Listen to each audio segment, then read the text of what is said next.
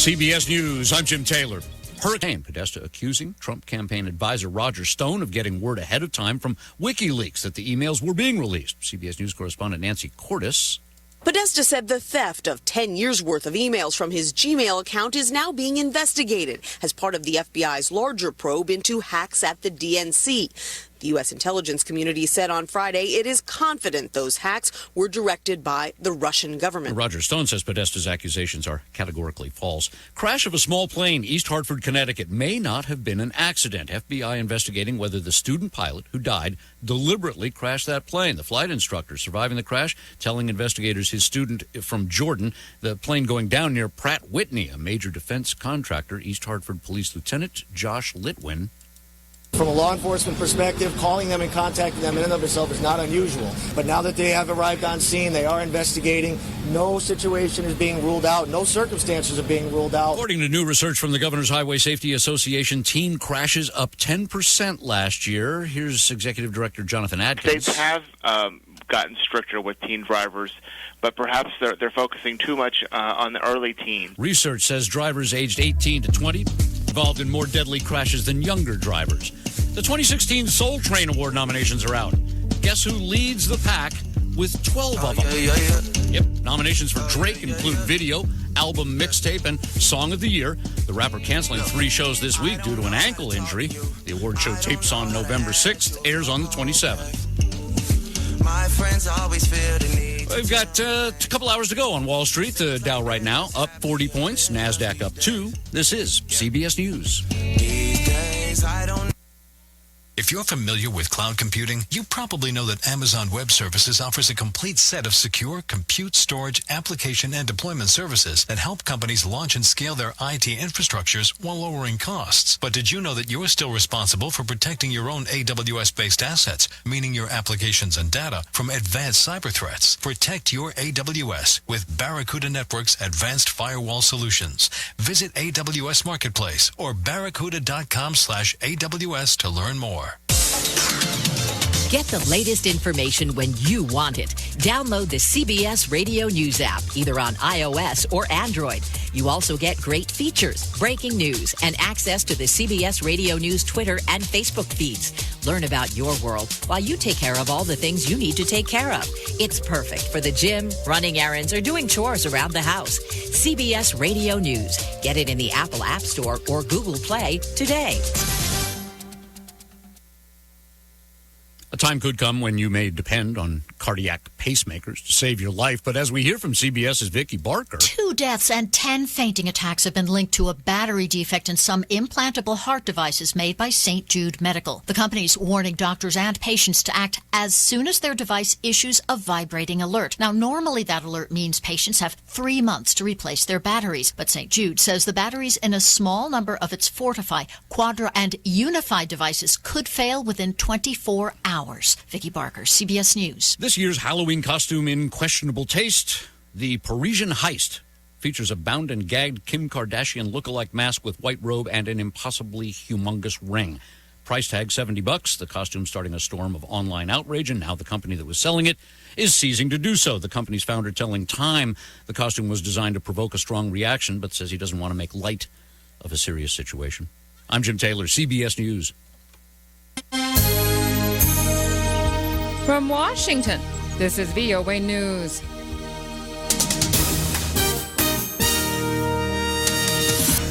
I'm Francis Alonso reporting. Hillary Clinton's campaign chairman says the FBI is investigating Russia's possible role in hacking his emails. It's a role that is being denied by a top Russian government official. After thousands of John Podesta's personal emails were hacked, WikiLeaks began releasing them on Friday. Meanwhile, the Russian Foreign Minister Sergei Lavrov has denied Russia's involvement in the leaks. And in an interview with CNN in Moscow, Lavrov dismissed the claims as ridiculous, adding that it's flattering, of course, to get this kind of attention. Saudi Arabia says it will partially ease the blockade surrounding rebel-controlled areas of Yemen to evacuate people wounded in a deadly airstrike at a funeral during the weekend. VOA's Heather Murdoch reports. Saturday, airstrikes hit a funeral in Sana'a, killing 140 people and wounding more than 500. Nearly 7,000 people have been killed since the Saudi-led coalition began airstrikes 18 months ago. Most of the dead were civilians, mostly killed in airstrikes. And as the war appears to be escalating, the humanitarian situation has gone from alarming to desperate, says Chatham House Associate Fellow for Middle East and North Africa, Peter Salisbury. It is getting worse and worse each and every day. Yemen faces a starvation crisis. There's a real danger that parts of Yemen, at least, will descend into famine in the very near future. Heather Murdoch, VOA News, Cairo. A remote-controlled jihadist hobby plane rigged with hidden explosives killed 2 Kurdish fighters and injured 2 French special operations troops near Mosul, according to French and U.S. sources confirming on Wednesday. This is VOA News. A bomb at a Shiite mosque in northern Afghanistan killed 14 people on Wednesday. The provincial governor's spokesman said that 28 people were also injured, adding that the explosion happened at the gate of the Shiite mosque in Balkh province. UN Human Rights Chief Zeid Ra'ad al-Hussein said Wednesday that if elected, the next U.S. president, Donald Trump, would be dangerous, and says some of Trump's comments about vulnerable communities and the use of torture is deeply unsettling and disturbing. He made the comments to reporters in Geneva. Hong Kong lawmakers swore, shouted, banged drums, and rallied against tyranny Wednesday when they took their oaths of office in the city's parliament. Calls are growing for a split from Beijing. It's the first chaotic meeting of the new term of the Legislative Council. It came after a citywide vote last month. A dispute continues to deepen between Ankara and Baghdad over the presence of Turkish soldiers near the Iraqi city of Mosul. Dorian Jones reports from Istanbul. Turkish President Recep Tayyip Erdogan took the country and the region by surprise by calling into question the 1923 Treaty of Lausanne, which defined modern Turkey's borders. He declared Turkey had been blackmailed by foreign powers into giving up vast swathes of territory, although Erdogan focuses criticism on the loss of Aegean islands to Greece. It is Turkey's southern borders he had in mind, according to visiting Carnegie Europe scholar Sinan Ülgen. I read it as a backdrop to a policy that tries to build domestic support for a more long-term presence, particularly in Syria. Dorian Jones, VOA News, Istanbul. The Native American tribe at the center of protests against an oil pipeline in North Dakota reacted angrily Wednesday to the resumption of construction on lands that the tribe considers sacred. The U.S. government has twice asked the operators of the Dakota Access Pipeline to voluntarily pause construction near the tribe's reservation while authorities reconsider the pipeline's route. 12 people have died in Myanmar's Rakhine state in recent clashes between armed men and troops, according to state media reports Wednesday. It's a growing challenge for the country's new democratically elected government. 4 soldiers and 1 attacker were killed on Tuesday. Samsung Electronics Wednesday slashed its latest quarterly profit estimate by 1/3. It comes in the wake of the highly damaging recall crisis that ended with the scrapping of its latest flagship smartphone. It's the first indication of just how much the Galaxy Note 7 fiasco might end up costing the smartphone maker. I'm Frances Alonso. That's the latest world news from VOA.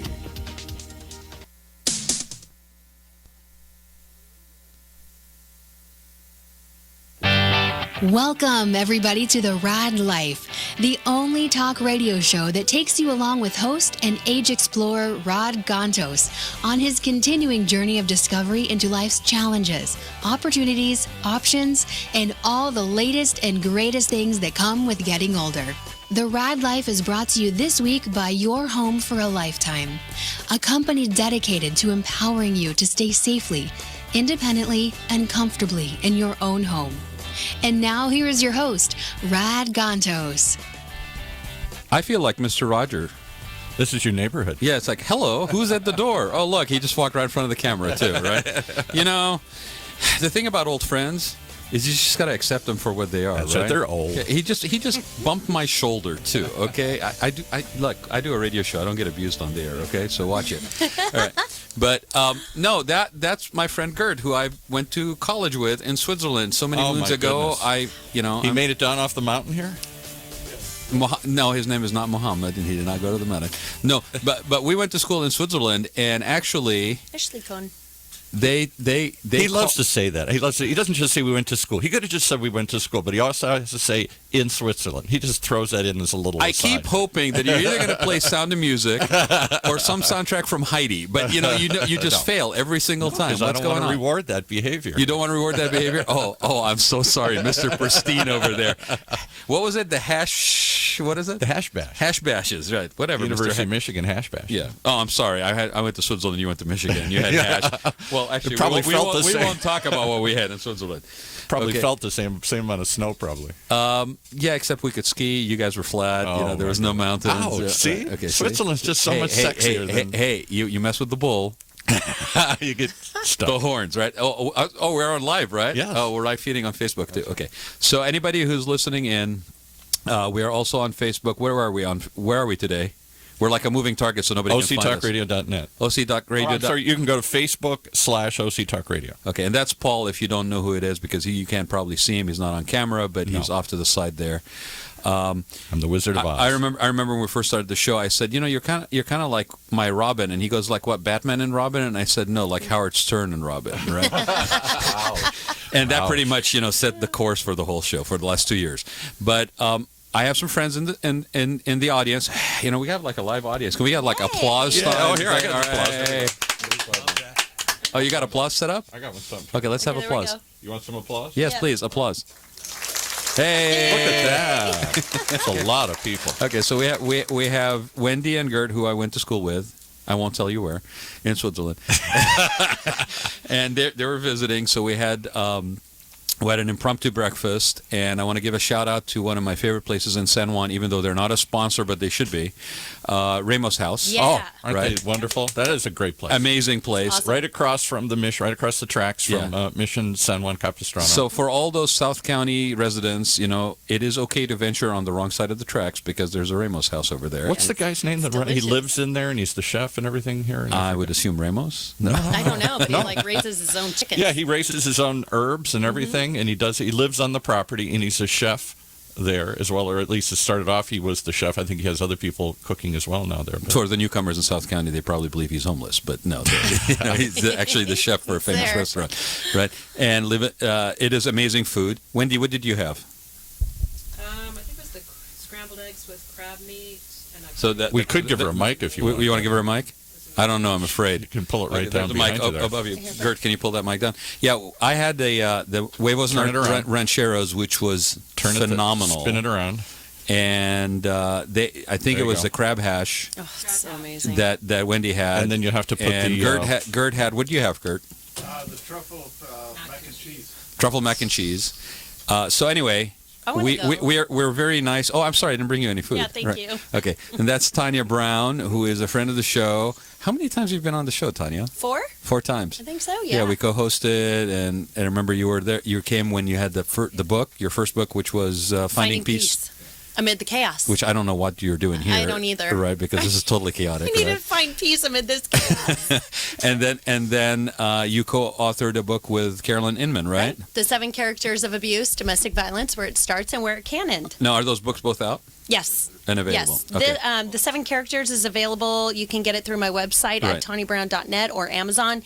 And Finding Peace Amid the Chaos is through my website. Okay. And that's TawnyBrown.com? .net. And you're here because people probably don't know, but October is Domestic Violence Awareness Month. Right. So we want to raise some awareness. Yeah. Raise some jokes. Yeah. Do some stuff here. We have to. Right. You got to keep this stuff light. I mean, this is heavy. This is heavy stuff. Well, and that's what I tell people. We started off, the first show we talked about elder abuse. Mm-hmm. Okay. I mean, hello, we're a new show. How did anybody tune in the forward second to next week? episode because we're going to talk about elder abuse now. And then hospice. We look forward to talk about hospice next year. We haven't done colonoscopies yet. Colonoscopies or whatever. Very important. I don't try to be that anal. Okay. Yikes. Okay. He's hot. He's on fire today. But before anything, okay, I hear that you have a message to deliver. I sure do. Okay, so could you please deliver your message? I will. I actually have to read it because I don't want to get anything mixed up here. So my friend Frank Shankwitz, who is a founder and the creator of Make-A-Wish Foundation, and he said, and he was our guest last week. Yeah, last week. Mm-hmm. He goes, I know you've been on Rod's radio show before, so rock it again. But he said this. His show was probably the most enjoyable experience I've ever had. Wow. Can we just let that settle for a minute? Okay. His show was probably the most enjoyable he's ever had. I love this. I queued her up. She just basically said it again. Wow. Okay. This is from Wishman himself, right? Yes. The book is called Wishman. Mm-hmm. The movie rights have been purchased. They're in negotiation, not negotiation. They're in pre-production, or they're in production. Yeah, and I think pre-production, right? Yeah. And which means they're casting and writing the script and all that. The man who founded Make-A-Wish Foundation. Isn't that crazy? There's always a person behind a cause. I love that. Right. That was a great and his story is amazing. That's a great cause. And if people didn't listen to that, I think we have it live. Actually, didn't we feed it live on YouTube? We might have. I believe it's on YouTube. Excuse the production. We had a little stop and start on some of these shows because we're trying to work out some of the bugs, but it's on there. It's an amazing story. If you get a chance to pick up the book, it is, I think, available through Amazon as well. It's called Wishman, and then the movie's coming up. I hope it comes up because it is amazing how this story, and we mentioned it on the show last week, every bit a movie wants to have in it, the emotional. Mm-hmm. It's amazing. Okay, so thank God for Chris.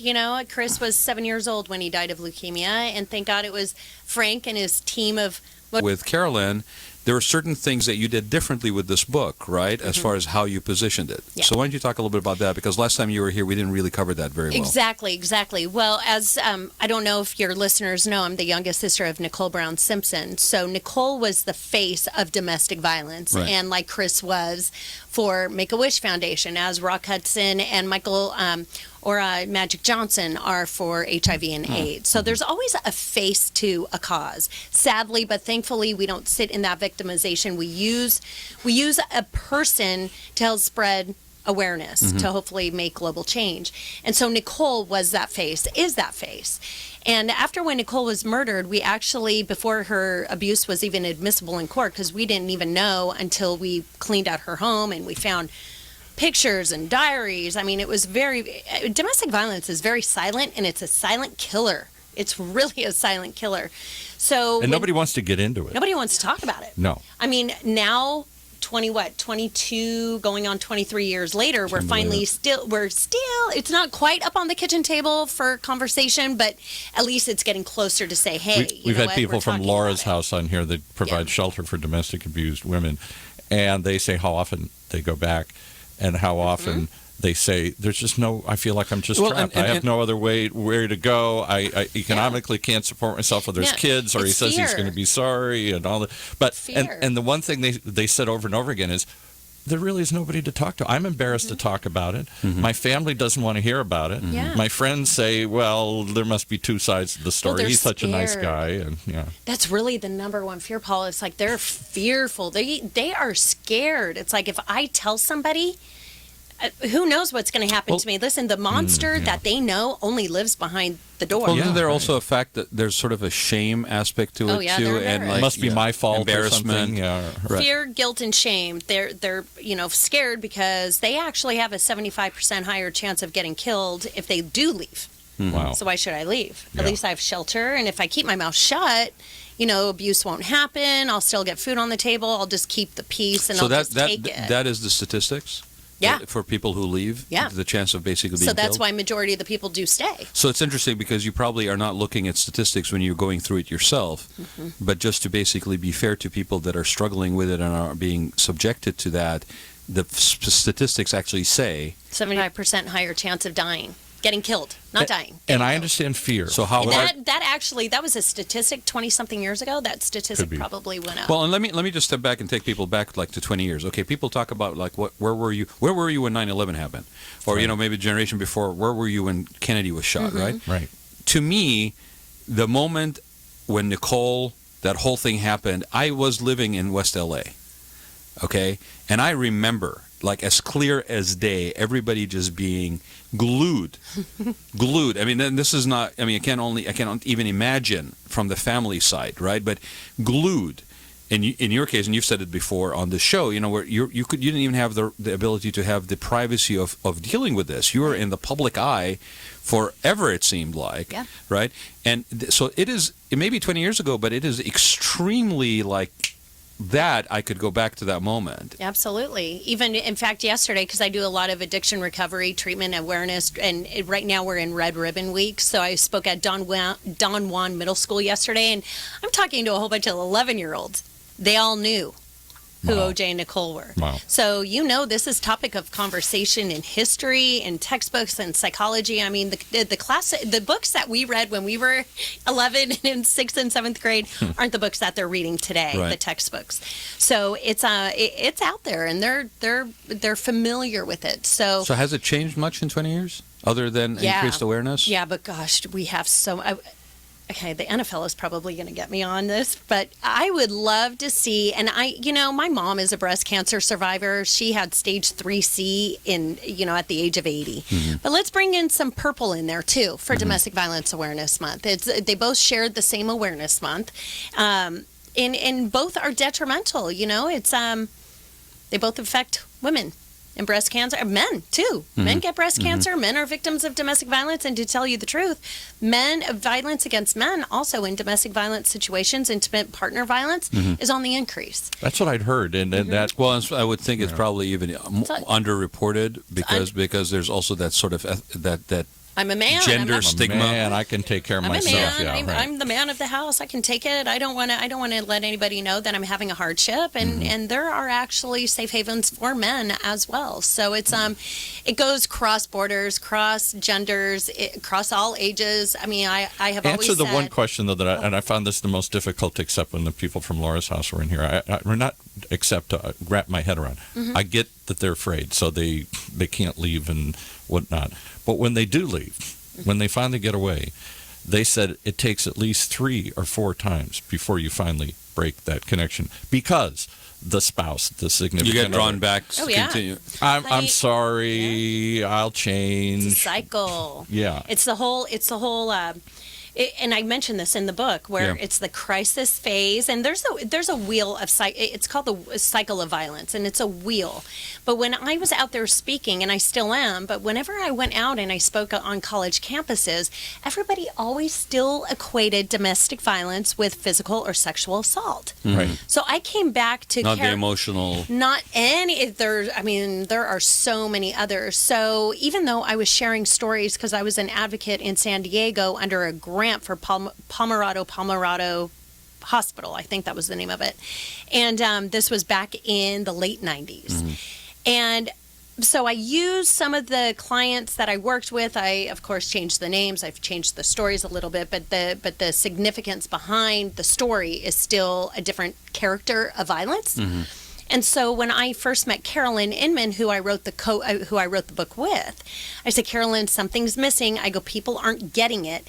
And then we got into a conversation of how she had gone to Disneyland. We were talking about the seven dwarfs, and I would go, and then that's when we just kind of said, let's put these stories that I share about all the women and the advocacy that I did. Let's put a character to them.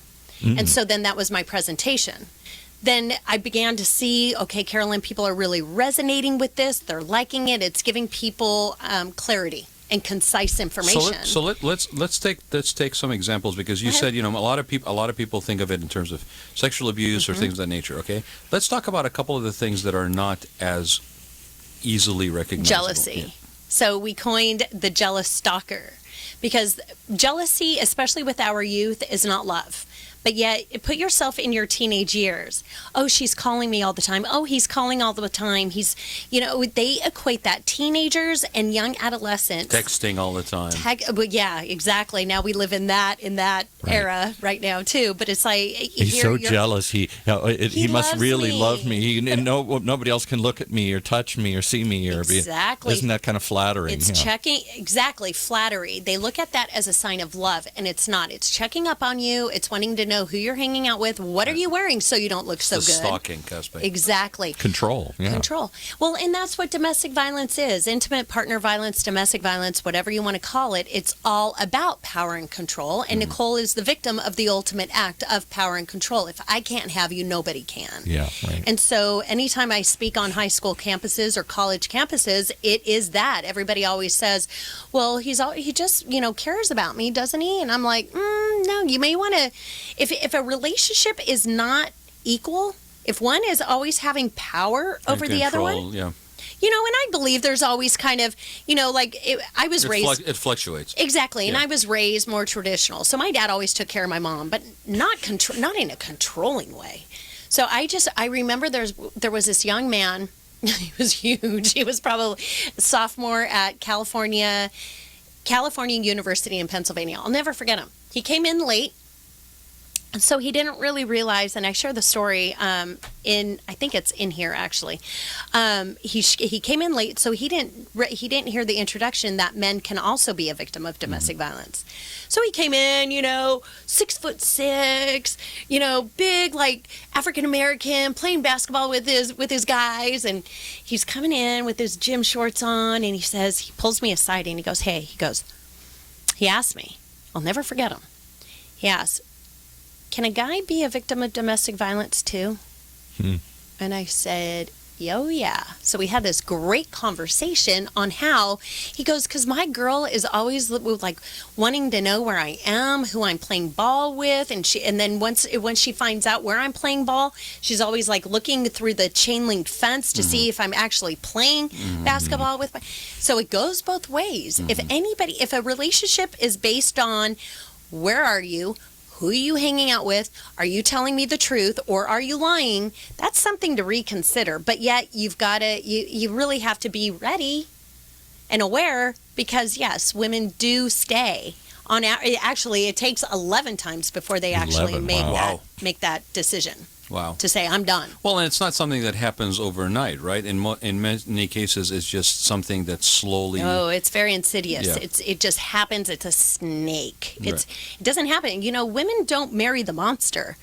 If the monster showed itself on the first night, well, actually, let me take that back. It does sometimes, yeah. Nicole's actually, she did kind of have, according to David Laban, who was her friend from childhood, their first date was kind of crazy.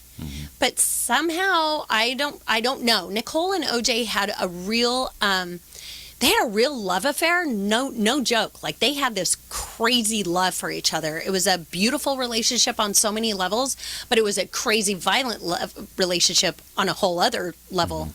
And we didn't find that out until after she was murdered. And some people equate that kind of drama in their lives as almost a measure of their existence. So it's like, what do I do if I don't have any way to benchmark my existence by having these struggles and tribulations and overcoming certain things and basically then having that highs and lows? I mean, there's some people that'll tell you, we fight like crazy, but then when we make up, we really awesome. make up, and it's awesome. And it's like, well, that's not really healthy. Not healthy. I mean, I know it might sound boring to be more balanced, but it's healthier and it's long term. What happens when you forget to actually, take the blue pill to offset the red pill, right? I mean, exactly. Well, the crazy thing about, unfortunately, that's the way some of our society is wired. Very much so. So I understand domestic violence. One thing that I still can't wrap my brain around is that my mom and dad never fought in front of us. If they fought, it was always, we never heard. The only time I ever heard my mom and my dad bicker, not fight, bicker is after the murder. Because your nerves are shot, there's stress and whatever. We do that. But none of us have ever heard my mom and my dad fight. And I have asked all my sisters, well, except Nicole because she's not here, but I have asked Dominique and I've asked Denise, have you ever heard mom and dad fight in front of us? I said, I haven't. Neither have they. Okay, so when this happened... I think that was generational, too. That's why my parents Well, they always like say that domestic violence is a learned behavior. Then why did Nicole get into this relationship? So I still kind of have... Probably because I'm in it and it's too close for me to see it, but it's just really that is one thing that I don't. So that's understand. amazing. Even after all this time, you're still basically trying to figure out and understand. You never heard it, but it just shows you how seductive a relationship can be and how a person with sexuality, sensuality, maybe some, power, financial power, whatever, how that can just suck you in. So everybody And what thinks, part of you isn't satisfied or fulfilled that is basically somehow appealing to? And keep in mind, we're all girls. Right. We didn't know what football was. Yeah. So every time anybody always said, yeah, but it was O.J. Simpson, I'm like, who was that? Who? Yeah. We didn't know because we're all girls. Nicole didn't even know. Yeah. O.J. had said to Nicole, I have to go to Buffalo on some business, but when I come back, I'm going to come back for you. He didn't say, I'm O.J. Simpson, I play for the Buffalo Bills, I'm going to go play a game and win and all that and come back for you. Right. We didn't know all of this. Right. So it just shows you. So people always think that domestic violence happens within like the indigenous populations or their low socioeconomic situation. Right. It's very... Where men are taught to be more macho. Well, you remember the lady that we had This on? is very seductive. Financially, it's very, very seductive. Yeah. And the more we money live in you a have, the more celebrity-obsessed difficult it world, is. though, too. And at some point, when I'm sure it didn't take long for her to discuss, and I'm not saying she's any different than anybody else, but we're all seduced by power. We're all seduced by wealth. We're all seduced by he was good-looking, he's powerful, he's charming, he's famous. I mean, all of those things can be. Well, things you remember the lady that we had exciting and very seductive. first few episodes that we had on the show, where she came in and she was talking about affluent abuse. Mm-hmm. Yes, and people that are living That's what I'm saying. behind pristine gates and driving nice cars, but they're basically completely manipulated and controlled on the financial abuse side of things. So that was Diana, and I talk about Diana in my book because Diana lived in a 20,000 square foot home in Rancho Santa Fe. And as long as I keep my mouth shut, I have clothing on my back. I have the finest of food. My kids can go to the best of schools. All the meanwhile, her husband was threatening her that if you ever leave, where are you going to go? You're the member of, you'll ostracize yourself. You'll ostracize your children. You'll no longer be part of the community. I'll destroy So there's like you. these very Yeah. seductive threats. Yeah. It's not like, I'm going to kill you. I'm going to find you. It's more seductive Well, it's that threats. control that you're talking Very about. much It's control so. and manipulation. Yeah. Well, it's funny because there's a question I've always wanted to ask people that live in this kind of heightened state. Okay, is that a passion? How do you define passionate living? And it's basically just stir out crazy. Oh, so passionate is love. It's roses and it's flowers and it's chocolates and it's like spoiling your lady and spoiling your man. But then something sneaks in, and that becomes Violence. Exactly. Threats. The little green monster tries to take over. It's the flip side of a very, very sharp-edged Yeah. knife. People say you got to, because you hear it all the time. Live your passion, live passionately, da da da da, and all this stuff. And there's sort of this mass selling of your life needs to be exciting and Extreme, passionate and yeah. extreme. And then you turn on the TV and it's all this very heightened stuff that happens in 30 minutes. And then if you're not living at that level of intensity, you somehow feel like your life is insignificant. And this is what we perpetuate. Exactly. Isn't that the whole reality? Exactly. Isn't that the appeal of reality television? And thank you. We brought reality television. Our family brought reality television into the world. So really, It's all you heightened parents reality. out there Right. watching everything, I'm so sorry. Yeah. But Vanity Fair even said that our case started reality television. Because I'm it's bigger embarrassed, than but life. It's bigger than my life. It's something that it may be horrible, but I can't take my eyes off it. It used to be a soap opera. Used and to now be it's soap become operas. everything. Yeah. Now it's everyday life. So let me share a little personal story, and Please. I've never shared this before. Okay. So it was about 2 years ago. I was dating a man who is a local man, very affluent, very prominent, worth millions. Had a great time with him because I was very attracted to his intellect. I was able to have conversations and intellectual conversations. We went to, we loved the arts, and it was different, and it was very seductive in that way. But there was no violence, no control, no jealousy until the very end. Until he really recognized the work that I do as far as like going out and I'm speaking, I'm meeting with people, exposure. I'm taking pictures with men whose children have died. I'm taking pictures of men who are motivational speakers. It's all... I'm not a flirt. I'm not going to bed with anybody. Right. It's what I'm doing to help people become better and become happier and offering that support. This person who I was dating, on the other hand, started sending me 6-page text messages, calling me names, real ugly. I asked my mother, awful. And how long had you dated him? I probably was with them. Okay, so shoot. Like 6 months? Before this came up, 6 months. 6 months, But probably. can I ask a question? Not even that. Here's the question that everybody's... Okay, before you hang on. finish. All right, go ahead. Okay, so hang on just a second. So here I am. I'm having lunch at the beach club in Monarch Bay because a young boy who is probably 26, who lives in Iowa, had never seen the beach before. And I said, hey, come down. Well, I'll take you to lunch and we'll have, whatever. Well, you can see the water, the Pacific Ocean. I'm being kind. I got slammed. And I just went, wow, you know what? I don't care who you are. I don't care what social status you hold in the community. I don't care what buildings you own. I don't care how much money you have either in the bank or on paper. You disrespect me and you start calling me names and are jealous. Remember the jealous stalker? Mm-hmm.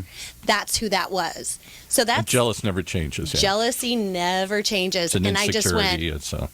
you're scary. Like you're psycho. But you don't know what you don't know. And I'm very candid and open in sharing stories. It may put me on, on the edge a little bit with some people who may be hearing this, but I don't care. Because that experience, I was able to stop a relationship from going from character 1 all the way down to where my sister ended up. Mm-hmm. But I would never know what I don't know. See, and people, I'm just going to be the devil's advocate. People will say, well, Tanya, you're basically filtering it through your own experience and what happened with your sister, and maybe it wasn't so bad. And I'll tell everybody this: the one thing all of us could learn early in life and apply is that when people tell you what they're all about, believe them. Listen. Mm-hmm. And believe them. And the point that's I was who they make are. is, They're telling you who they are. Yeah. Okay, stop trying to figure out and say that that's not who they are. And the point I was going to make is when these red flags come up, don't ignore them. Don't ignore them. When somebody puts a gun in your mouth and says, I might kill you today, and then the next day you say, well, I don't know where that came from, or it sends you a 7-page text and calling you names, right away you should go, done. Exactly. But we all say, oh, that's just an outlier. But it doesn't start with the gun in your mouth. It starts with, I'm at dinner ordering and I flirted too much with the waitress. Right? When I know myself, all I was being is just kind. pleasant and kind, and not really, okay, because the real underlying element there is that there's an insecurity and distrust that may not have anything to do with you, may be something that's coming baggage-wise from the other person. It's all them. It's all them. It's their projection. Okay, so I think I know who it is. Well, let's bring her on. Who? No, hold on. Gert, you got the mic. No, you do it. Gert, find out who. You got to pull down a little find out who's on the call. Who is it? Oh wait, we got to turn your mic up. That would help. Yeah, go ahead. Let's turn your mic up. Go ahead. Go ahead, Wendy. So, who's on the phone? This is Sue Ells. Who else? But Sue Ells. So, does everybody know who this is but me? yeah, except Paul. Nobody else. Well, Tanya, I don't know if you know or not. Do I know you, Sue? I mean, the name sounds familiar. Tanya, I think we met once at an event a long time ago, but I've done lots of stuff with your sister. Good, thank you. So that's how small the world is, it's right? It's very small. Oh, yeah. I'm having breakfast with Gert and Wendy, and basically, I'm like, hey, why don't you guys come to the show and just sit in, and maybe we'll do some applause or whatever for you guys. And then they go, oh, well, who should be on the show? Sue should be on the show. And I said, okay, sure, have her call in. And then I'm like, 10 minutes before we walked in here, I'm talking to her, and she goes, oh, I know Tanya's sister. It's a small world. So Sue, give the audience or the listeners a little background on how you may have run into Tanya's sister. Sure. Well, I started actually my career in Ames, Iowa. I became a CEO of a shelter there, a domestic violence shelter and sexual assault center, and did that for about 10 years, and then moved to Kansas City and became the CEO of a shelter called Hope House in Kansas City. We were a huge program in the Kansas City area, and I was there for 25 years, and then received a call to see if I would come and run the national office in D.C., so I spent another 10 years running the National Network to End Domestic Violence. That's where I know you. D.C. There you go. Yeah, that's where I know you. Like, the name sounds familiar. And you bring up an interesting point. When you say Ames, Iowa, I have this image of, this idyllic little farm community Wholesome America. this isn't going to happen in Ames, Iowa. It might happen in the inner cities where there's people are poor and they're at each other's throat. It might happen in wealthy communities where the men are controlling their wives, but not in the heartland of God's country out there. Right. What's your experience been? Domestic violence happens everywhere. Every age, every income level, every race, everything. You know what I say? I always say, if you are on this earth, you're walking this planet, and you breathe this air, it can happen to you. And I even said to the parents last night, it was a Red Ribbon Week. It's Red Ribbon Week, and I said to the parents, I go, there's one thing that I always hear across this nation is that can't happen to my kid. Yeah, right. Can't happen here. It can happen to your kid. Happens over there to those people, but not to us. Exactly. Here. Well, you know what? Here, I always thought violence doesn't happen to us in Monarch Bay and Brentwood. It happens to those people over there. Yes. You know, I'm not saying those wherever people, there just is, like wherever there is. The poor, the difficulty. It happens everywhere. So what would you share from your experience? I mean, you've been involved in this for a long time in different capacities. What do you see that maybe has changed? And what hasn't changed? What hasn't changed? And what needs to be changed? Right. I would say the biggest thing that's changed is, a couple of things. One is that we do listen more. We have worked so hard legislatively to try to change laws to keep victims of abuse safe. And with the Obama-Biden administration, we made such great strides at that level of really changing the laws for women and children, as well as safe shelters and programs and law enforcement training and judge training and all of those things. I mean, we just made tremendous strides. But I think that, overall we still have a long way to go in changing attitudes, and I think that has been more apparent these last couple of years than I even suspected, in that there's just so much sexism still out there, and the attitude toward women. Well, we're certainly living it in the political cycle here, right? And not to go deep into that, but a little bit of what I was referring to. Yeah, I'm pretty amazed by that. And when Domestic Violence Awareness Month comes around, and I see such great things happening all over the country to bring awareness to it, I'm just still surprised at. Oftentimes the first question that people hear is, why did she stay? Another homicide, why did she stay? Why does he hit? That's the wrong question. Right. Why does he abuse? So let me bring that question up, because that's the other question that I can't wrap my head around. Why do men do this? Let's say it's primarily men against women, although it is, as she said, there's a growing female on male violence as well. It's just becoming an equal opportunity but still, problem to a greater extent, the majority of reported cases are. So when do you? My dad never taught me to hit a woman. I don't think most men, if you went out there, we still have this attitude as equal as the sexes have become on the surface. We still think that we're supposed to maybe open a door and not hit a woman and all this stuff. It just that still permeates the culture. So when do men think it's okay to beat a woman? When do they look at themselves or their buddies say, "Man, you're beating your wife"? Well, that's okay. And they say, well, she was a slut. She went out. She did this. She flirted. I had to, In some cultures, that's okay. It's still, we hear about in the Middle East and other places where it's still okay, this honor killing to control your women like that. But here, when do little boys pick up this message? It's all they know. It's all they know. I think that's why I've never judged. Because they watched it happen? Yeah. I mean, I've never judged. Even when the Ray Rice incident happened. I mean, that was that really, really got me, even though knowing what my sister endured. But that was like blatantly right in front of all of our faces. I mean, you've seen... Is that the guy that knocked her out in the elevator? Yeah, and I've never even seen a bar fight. So this was like... But to really like be serious about that is when my impact...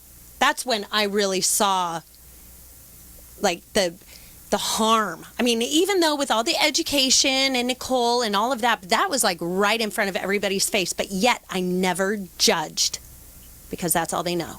That's how they were raised.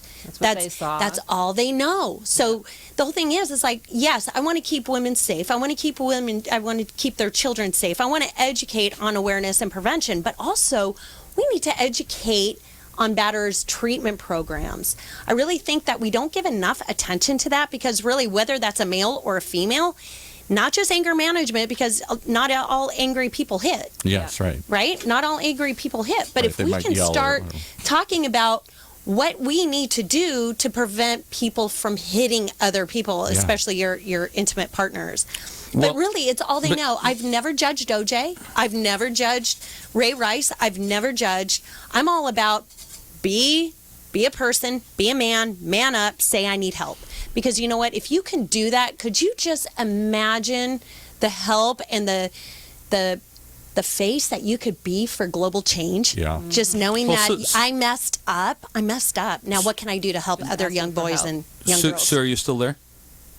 Yeah, and Okay. I guess what I'm sitting here thinking about is the 30-some-odd years that I've been doing this work, and honestly, when you ask that question, what comes to my mind, I don't mean to get political, but these statements that Donald Trump made in that bus, I mean, to me, that just sort of epitomizes what the problem is, that somebody would feel that kind of male privilege. Well, and I'll that they could grab a woman like that? No. And here's the thing, okay? I wanted to say this. This may sound a little harsh, okay? But it's never okay. Okay, now we're trying to, I think to our credit as a society, okay, we try to understand, we try to justify, we try to basically, give people the benefit of the doubt, and to a certain extent that's okay. But it's just beyond that certain extent, I think we are actually enabling. Okay, because there is a point where something is just not okay. Right. Okay, when the thing that blew my Politician mind, or not. the thing that blew my mind, Sue, about what happened is not the fact that he said that, although that was just absolutely disgraceful. Okay, this was not a 18-year-old boy that was basically moving into high school, starting to play football, and wanted to hang out with his jock friends his and fraternity, and come yeah, across right. cool, right? Right. This is a 50-year-old man, Yes. okay, who was on a bus. I don't care if the mics were turned on or off, okay, that was somewhat in a public face. He was a celebrity already. He puts friggin' gold letters on the side of a building, okay, and still feels the need to stroke his own ego and feel important by actually diminishing somebody else.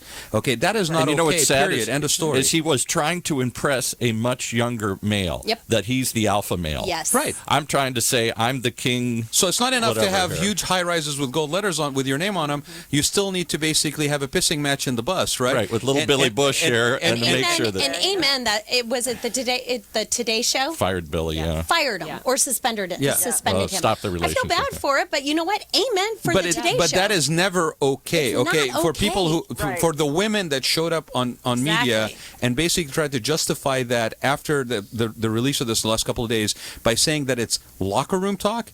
Yeah. Okay, I'm a guy. But let's I didn't go- play sport, but I spent time with guys. It is never okay. It was never okay to talk like that because you're diminishing another human being. I But don't you care know what? gender. It is okay, and I'm sorry. I'm not a Donald Trump fan, so I'm not trying to defend him. But, and I agree with everything you say. At some point, you're It's supposed not about to the grow out of it. politics. It's just some isn't there a Humanity. It's some schmuck humanity. that would act like that in front of me. I would not be friends with. But Period. isn't there End a of story. point in your life? I certainly But was in my life. The point, really, if I could make the point Yeah. about this is really where I was going with that. Is that epitomizes what's wrong, but what's right now, and the glimmer that I see. That honestly, in my 30 years, it's one of the first times I've really seen this in action the way I've seen it this time. Is people like you, The outrage, talking the about shunning, that it's yeah. wrong, that the athletes are coming. I'm seeing all kinds of things on Facebook and Twitter I with agree. athletes saying this was totally wrong. We don't speak like this in locker rooms. This is what we talk about. This is disgraceful. I'm seeing politicians saying, all of our, in fact, people that I think some people look up to are coming out strongly saying this is wrong. You know what's funny? So Yes. you know what's fun? Seen that before. No, and I agree. And Hold on, Paul. And you know what's ironic about this, Sue? Is this is a man who who's running a campaign saying that we are too politically correct, right? Yeah. If we were politically correct, we would basically justify this and somehow basically try to push it on the carpet. So you are absolutely correct. We are not politically correct, and we are not being politically correct by basically excusing this behavior. which goes to my point that maybe the culture has moved a little bit, because when I was in my 20s or I was in college or, guys in a fraternity. Go ahead, tell everybody how old you are, Paul. He does it on every 60. episode. I'm old. I'm really old. I'm older than dirt. There was a point. Let's face it. It's the Kennedy mystique, which Clinton tried to carry forward too. That you're this cool ladies' man, and you can just seduce any woman that's out there, and women are there to be conquered, and that still permeates young male thinking. It's just that at some point you grow up and you say, "Whoa, this is," because suddenly you have children of your own, and you say, "Well, I don't want somebody to do this to my daughter. Wait a minute, this isn't so funny anymore here." You grow out of it. And most men grow out of it. But maybe that's the point, that we need to get it earlier and stop it earlier so that it doesn't take hold in some men and survive. So, Sue, The young boys. So let me ask you something. Maybe this And is young actually women. for you. Right, for exactly. you, Right. Young women are swaggering and smacking and stuff these days too. They've got this. Yeah. In your 30 years of experience, have you seen any different types of domestic violence? I mean, does it show differently among different social classes in society? Is there a pattern of different kinds of domestic Are there some violence? people who are more prone to accept this behavior because of societal patterns? You think of Islamic societies where women are still treated as, right. No, chattel. I've seen it pretty much equal across most everyone. Yeah. It just really depends on, I think so many factors. What the male grew up with and his environment, what the female grew up with in her environment, and let's remember that there's violence with same-sex marriages and couples as well. But I think the line that gets crossed in the sand.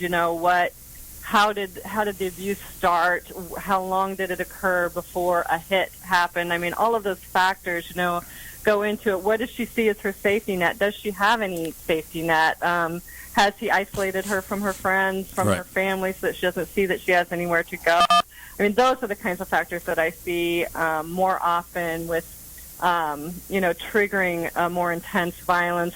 Maybe she goes to get help and get a protection order, and that's when he kind of flies off and decides to do something more radical. It really just depends. I don't think. How does the hitter justify the hit? At some point you're mad, and so you reach out and you strike, and you went, "Oh my God, I struck somebody," and I've never struck a human being in my life. But yeah, you all get mad and you say, "I'm really going to hit that person," or something. You made me do it. I mean, that's what. You made me do it. If you wouldn't have badmouthed me, if you would have, So it's your not fault, cooked not the my chicken fault. that But I long. I mean, think- if you would have just put your shoes away. Right.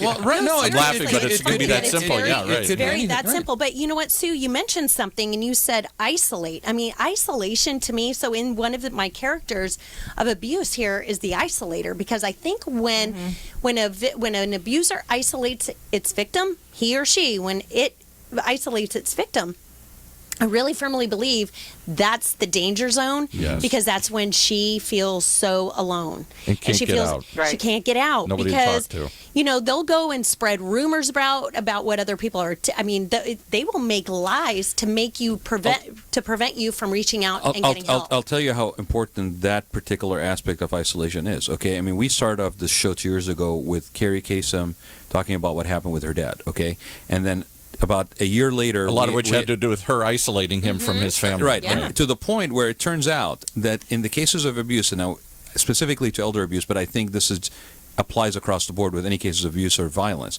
is that isolation is a big red flag. Oh, yeah. Yes. Okay, there's a gentleman by the name of who called in at one point, who was a movie maker named of Cameron Glenar, who basically was doing a movie about isolation, and it was called Isolated.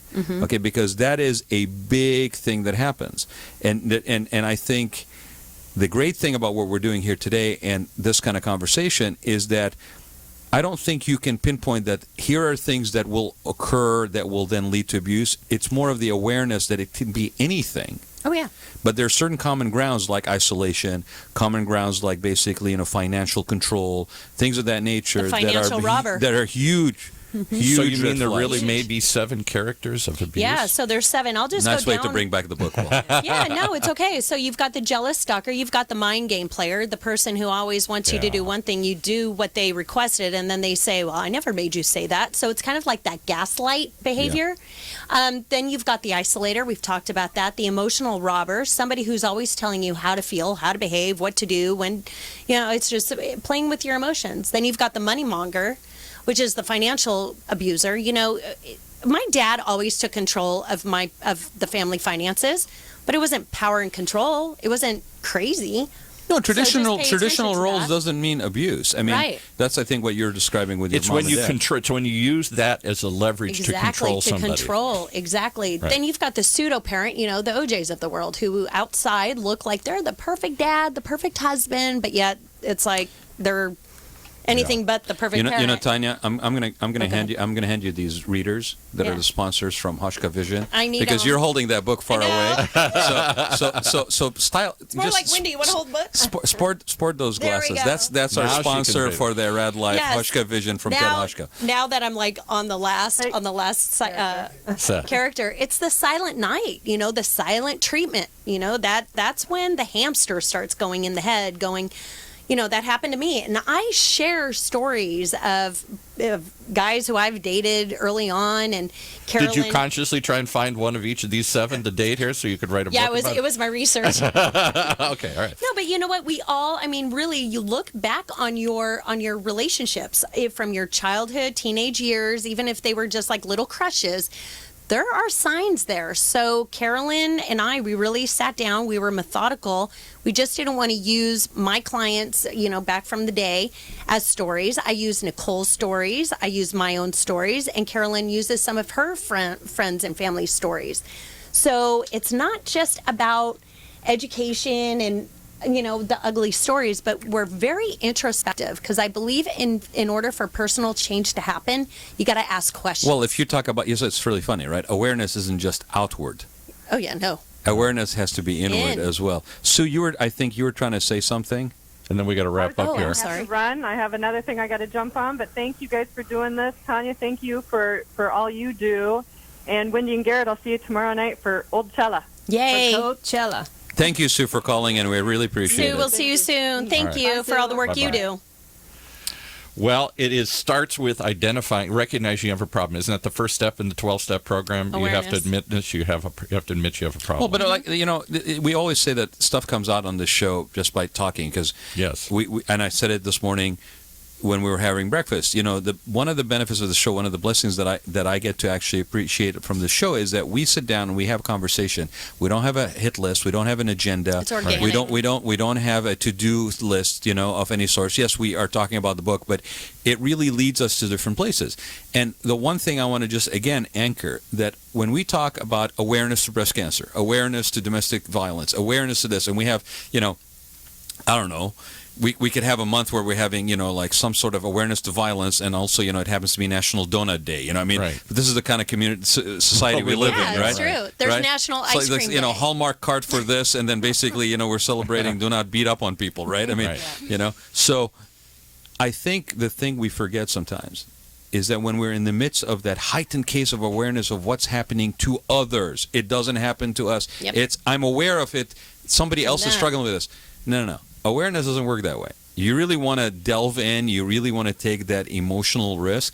You got to look at yourself. Yep. You got to do that moral inventory about yourself and have that awareness be internally focused as well as outwardly focused. I like moral inventory. You can Google moral inventory, and there's actually a moral inventory that you can take. Yeah. I mean, it's really instrumental in the world of recovery as well. Yeah. Moral inventories are huge. I think we as men have to recognize that there's that point in our life where we're taught by our buddies, by ourselves, to be a man, and that means that to go conquer women. Right, women are something to be objectified and conquered and taken, whatever, and we and both sexes play into this. It's this game, but at some point that game gets out of control, and it becomes about control. Yeah, but it's the danger of going down that path, even from day one, is that it will get out of control. I mean, I don't care if it was in the Middle Ages or you're basically clubbing somebody on the head and dragging him to the cave, or basically today, right?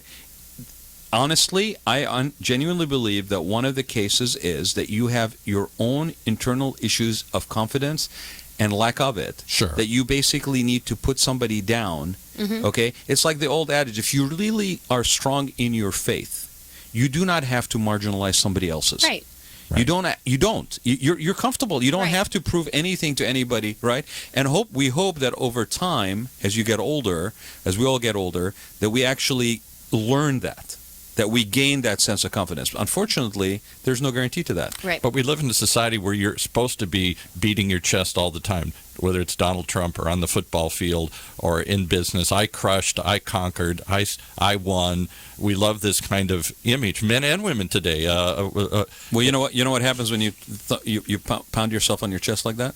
You cause internal bleeding. And I think that's exactly what's happened to many of us. We're bleeding internally. We don't realize it. So I know we're almost out of time, right? So I do want to give a shout out to our sponsor, Hauschka Vision, Todd Hauschka. Spell that for us. Huschka. And the website is Hauschka Vision, Huschka vision.com. Everybody who's seen these thinks they're the coolest little If you think you know anything about readers, I got a newsflash for you, okay? I can read and I can look straight up, right? And Tanya walked in, let me have that. Tanya walked in with these little beauties, right? Okay, broken, okay? From CVS so or something. this was the before from Tanya. And then this is the after from Tanya. So go check out Todd's stuff. These are really cool. He has them in a couple of cool colors. And, we try to seek vision and insight on this show, and now we have a sponsor that matches I got Christmas presents. I'm excited. And Tanya said the weirdest thing, the minute she put them on, she said, "Ooh, I feel like a sexy librarian." I feel like a sexy librarian. Sports those as we I don't know when this librarian became sexy here. So but, just thank you guys for joining us today. We'll see you guys next week. Gert and Wendy, thanks for sitting in on that. Sue, thank you so much for calling, and we will see you guys on the Rad Life next week. Very cool. You have been listening to the Rad Life Radio Show with your host and age explorer, Raad Ghantous, brought to you on the one and only OCTalkRadio.net. Join us again next week as we continue our journey of discovery into life's challenges, opportunities, options, and all the latest and greatest things that come with getting older.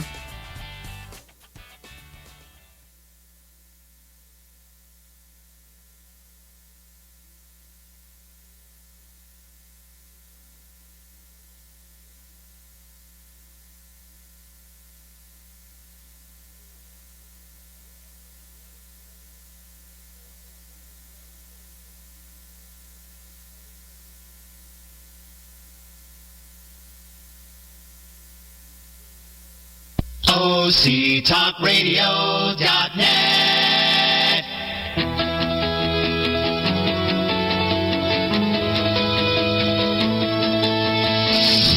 Welcome, everybody. It's time for a special edition here, a special show, which we call OC Spotlight, where we take a look at some of the topics in the news today and some of the people making